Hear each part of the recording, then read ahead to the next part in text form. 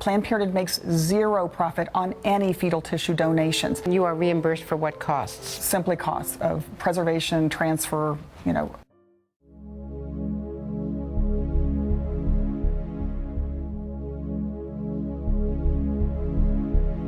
If we alter our process and we are able to obtain intact fetal cadavers, it's all just a matter of line items.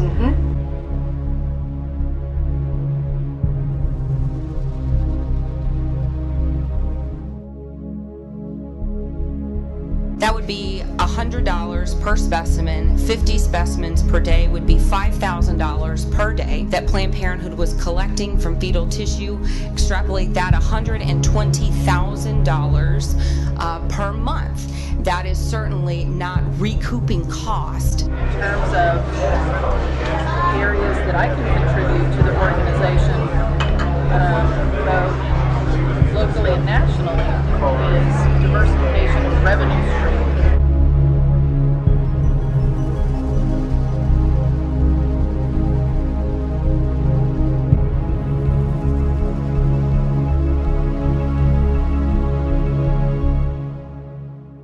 Well, so under the scope of where we probably have an edge over other organizations, our organization has been doing research for many, many, many years. And we've had studies in which the company, or in the case of the investigator, has a specific need for a certain portion of the products of conception, and we bake that into our contract and our protocol that we follow this. So we deviate from our standard in order to do that. Telling you this so then we can get creative about when and where and under what conditions can we interject something that is specific to the tissue procurement needs. Sorry, that goes to my perfect for my next. Can you get creative? Can you alter if we say we need a liver? Or not just liver, thymus, but let's say neural tissue is neural very tissue is difficult what because could you adjust the the procedure if you knew they need high volume of this? Could you match that and 18 to 22 week neural specimens, in so both hemispheres intact. Yes. you could do that? Yeah, I think we can. I mean, some of it is really outside. Some of it will be happenstance because sometimes as the procedure is happening, the procedure itself for the removal is generally standardized, and I'm saying generally loosely, generally standardized. And so just depending on the patient's anatomy, how many weeks, where it's placed in the uterus, we're going to potentially be able to have some that will be more or less intact, and then some that will not be. Right. So, but it's something that we can look at exploring how we can make that happen, so we have a higher chance. It'll probably also require a little bit of input from the doctors, because the doctors are the ones asking, directly doing that, and when it matters, in the cases of when it's mattered, and the physicians also need an intact specimen, they can make it happen. So we just need to figure out how that we can do this, under our project needs. How many providers practice in the second trimester? Oh gosh, that's a good question.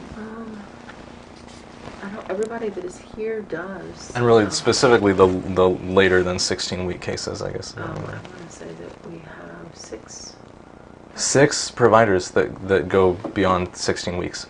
Oh wow. And that's something we'll have to discuss, with the docs and see how they can do it, because some of our doctors in the past have projects and they're collecting the specimens, so they do it in a way that they get the best specimens. So I know it can happen.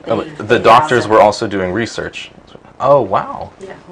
So Very good. I'm more on the business end of it. I know that just going with the history of what's happened and wanting to not have that happen again.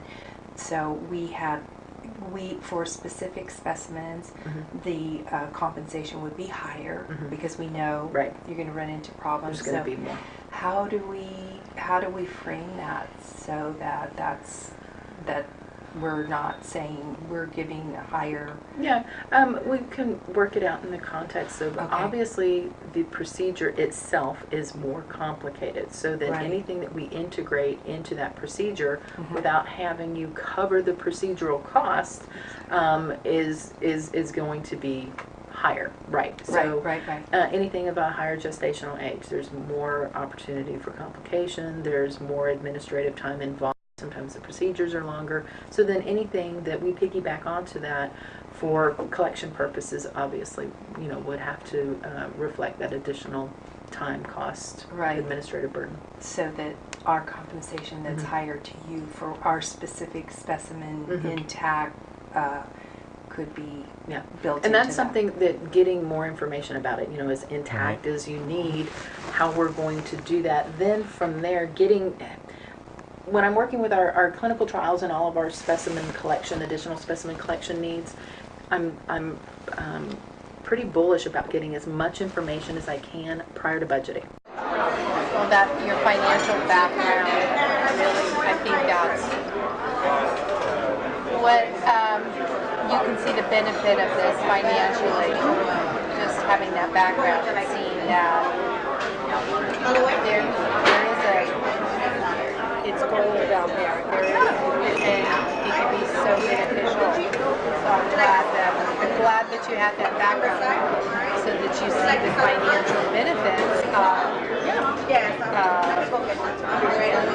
the right specimen and getting it intact. And if you have to change the procedure just a little bit within the framework that keeps it, we're all talking about it the same way in the right way. But that financial gain and to your staff just knowing this is the end. I think everyone realizes, especially because my department contributes so much to the bottom line of our organization here, even though we're one of the largest affiliates. Our research department is the largest in the United States, larger than any of the other affiliates combined. Wow. If that provider is needing to change the technique a little bit, and I know I'm going against my side of this, but I'm okay with, no, I want you to be paid per specimen, and rather than, oh, here, just ship this off. No, this is what we're looking for, and if you can do that and it compensates you and financially that's helping you to grow your clinic, I'm willing to do that. And so if we alter our process and we are able to obtain intact fetal cadavers, then we can make it part of the budget that any dissections are this, and splitting the specimens into different shipments is this. I mean, it's all just a matter of line items. And so what are they? Are they requesting just liver or liver thymus?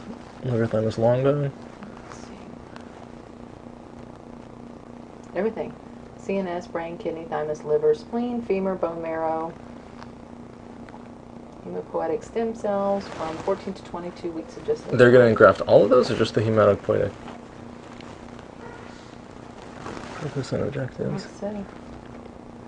And they want it up to 22 weeks. Yeah, including CNS, brain. Wow, they want everything.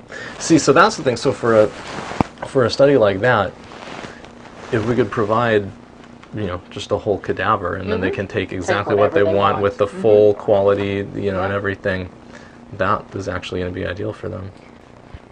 Well, it would make me very happy for us to finish up what we need to do, and I can put you in contact with them.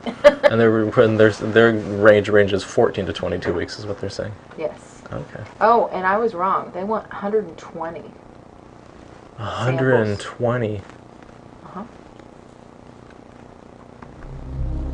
This is huge.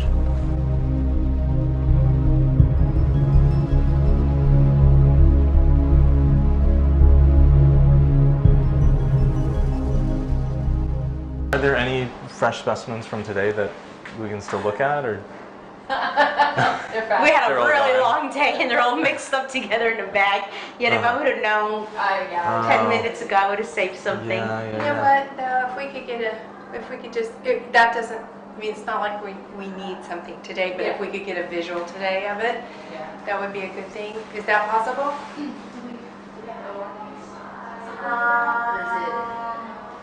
Yeah, let me see. Mainly, That one's probably frozen. what we're looking for is like a visual baseline of like intactness and everything, and what's that, just so that we know like, intact they are. Right. Yeah, they so all, like on a typical day, like kind of what that looks like, and then and it what sort varies of. like based on gestation. Sometimes they come out really intact. Do you want to do? You're not gonna see nothing intact today, because the way we collect the tissue, it all gets collected into one container. We either, you know what? Is it cremation? What was the latest case that you did today? The latest case we did today was a 5 week and 3 days. No. Oh, the 20. OR. It was a 20. Oh, I know what you mean. Right. 20 station age. And that was one of the very first ones. So I'm assuming that one could almost be frozen. So we're oftentimes looking for liver and thymus are two of the most in demand. Yes. Excellent. All right. Here you go.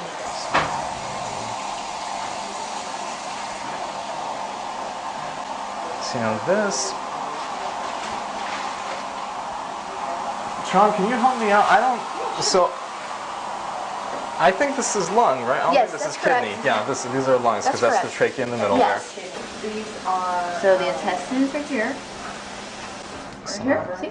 Yeah. This comes out, like I said, the organs come out really, really well. You can Right. see all the intestines. Right. Pretty much almost like And then this is a intact. big kind of placenta right here. Yes. Do you ever see thymus? In this case is really little. Whenever we do like the 20, 22 weekers, we do. Uh-huh. You get a lot better. But it's difficult to find thymus at this gestation. Yeah. What is the age of this? This is- This patient was like 18 weeks, I think. Is this? This is limb. Okay, Yeah. and this is like scapula. Yeah. The other thing that plays a tremendous part in this all is the dilation Exactly. that you've obtained. Exactly. And also how, for lack of a better word, how cooperative the patient is during the procedure. Oh, really? Are they under conscious sedation? Or Yeah. Okay. There's conscious sedation, but there's also times where it's just not. You've pretty much maxed out, and there's tolerance. Oh. Sometimes it's a little bit more difficult. Mhm. They're completely relaxed. Sometimes it's a lot easier to not do so many passes with the forceps. So it just really varies. And like I said, a lot of it does depend on the dilation that was obtained. And like all of our procedures over 20 weeks actually go through a 2-stage dilation process. So usually like the cervix is, like for this procedure, cervix easily like at 3 centimeters. What we do in the OR is that we lay them out to account for everything before it kind of gets put back in the basin and just like sealed up and packaged up. Because we actually do a lot of collections for sexual assault cases. Kind of, but with that it's different. It's like some placenta and a long bone. But it's still very, it's very cleaned up, so it's different than this as well. So. These orbits are good too, and at this stage you start to get the retinal pigment epithelium, Yes. which is in the back, which is you've collected that before. So all the orbits are so easy, like 95% of the They're easy to find too, even in the early gestation, because you're just looking they for come the. out like firmer a month type deal, because it whittles down some. Is that a Bible number for you? How many per month? Or the gestational age, 14 to 16, or? No, 40. From like 16 to 22. There's how many per? Yeah. 40 to 50 easy. Per month. Yeah. Fellow Giga Penny Fellowship in Columbia, the active researcher. So she's very well versed in what she needs to do. To just change up just a little bit. Okay. They've already talked with UPFA, Deb Patola, and the whole group up there, and because fetal tissue donation varies so much state by state, UPFA is moving away from a standardized policy. Yeah, so because I attended the patient service Yeah. day, and Kristen Flood did talk about fetal collection and stuff like that. So yeah. Huh, very interesting. Remember when I first got here and it was, you have to have this form, it has to be like this. We had to have this particular consent form, very specific, but yeah, no, that's what Kristen was saying. Because Interesting. they're encouraging more participation, but they don't want to get too, does that make sense? Yeah. Interesting. Okay, cool. And any idea why the other affiliates in Texas think it's illegal?